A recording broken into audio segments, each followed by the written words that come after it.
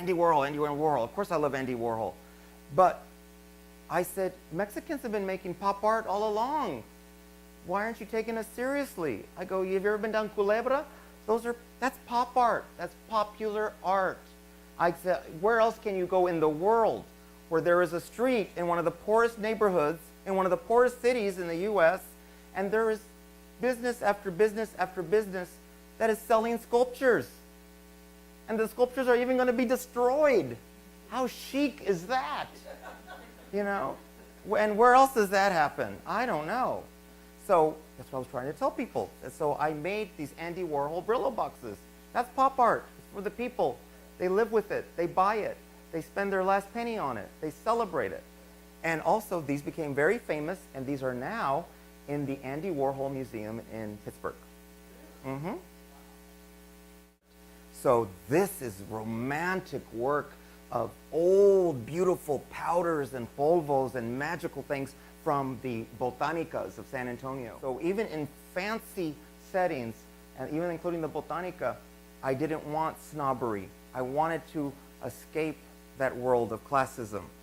And I started making art that was affordable to all people. So I make things from $5 to $50,000. This is my masterpiece. I must say so myself. And a lot of it's about my mother. My mother was an artist, but didn't know she was an artist, and no one ever told her she's an artist. My mom's crazy, guys.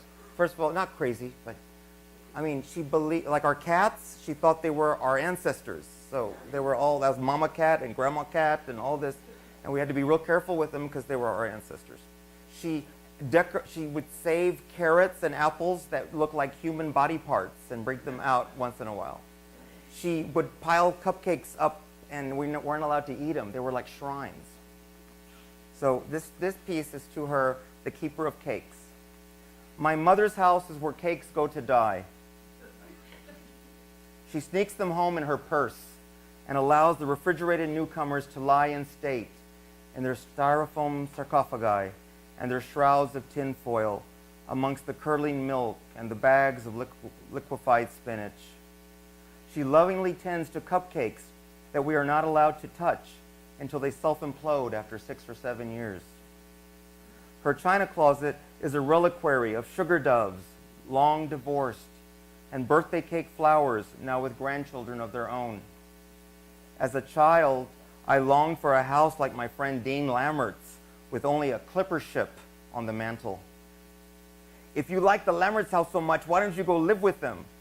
My mother, the keeper of cakes, would taunt, stung by my dismissal of her handiwork, her incorruptibles, her jewels. But I know that I could never leave a house where cakes go to die and where donuts drop by just to sit and think. Thank you. You can clap, applause. Okay, I'll rush.